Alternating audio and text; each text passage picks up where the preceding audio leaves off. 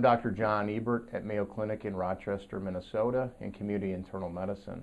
Today I'm going to give you a brief overview of our article published in the Mayo Clinic Proceedings entitled "A Before and After Analysis of Healthcare Utilization by Patients Enrolled in Opioid-Controlled Substance Agreements for Chronic Non-Cancer Pain." This article describes a population of patients who receive controlled substance agreements for chronic non-cancer pain when they receive opioids. So when we have a controlled substance agreement, it's not just an agreement alone. It is actually the care process around setting up an agreement. We classically think of an agreement as a contract that we sign with the patients. But we actually are looking at the entire care process, which is sitting down with the patient, understanding their pain, understanding their long-term needs, indeed signing an agreement, but also following them closely with pain scales and getting risk assessment tools completed. That whole care process, we believe, improves the care of the patients, makes them feel more secure in having a reliable way to have their pain managed. So it's not just the signing of a contract. We don't think that's the important feature. It's the care process model around providing ongoing opioid treatment for patients with chronic non-cancer pain. There's lots of discussion about how care changes when patients are started on opioids for long-term pain.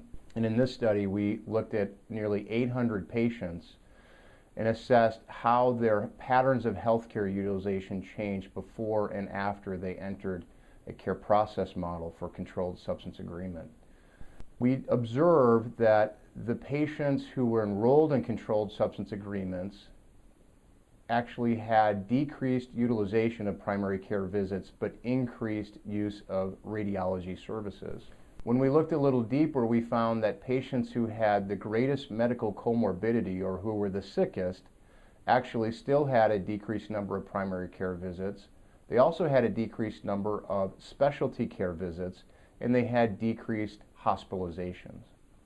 In our mind, this suggests that healthcare can be improved for patients who receive controlled substance agreements insofar as utilization can be controlled, and utilization that is appropriate for those patients will continue. So we did not see an increase in ED utilization.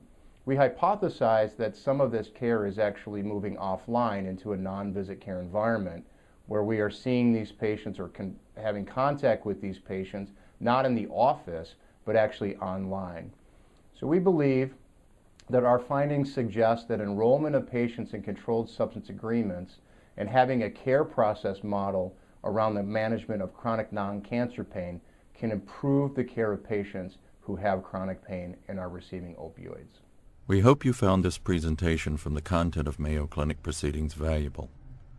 Our journal's mission is to promote the best interests of patients by advancing the knowledge and professionalism of the physician community. If you are interested in more information about us, our homepage is www.mayoclinicproceedings.org. There you will find access information for our social media content, such as additional videos on our YouTube channel or journal updates on Facebook. You can also follow us on Twitter. More information about healthcare at Mayo Clinic is available at www.mayoclinic.org. This video content is copyrighted by Mayo Foundation for Medical Education and Research.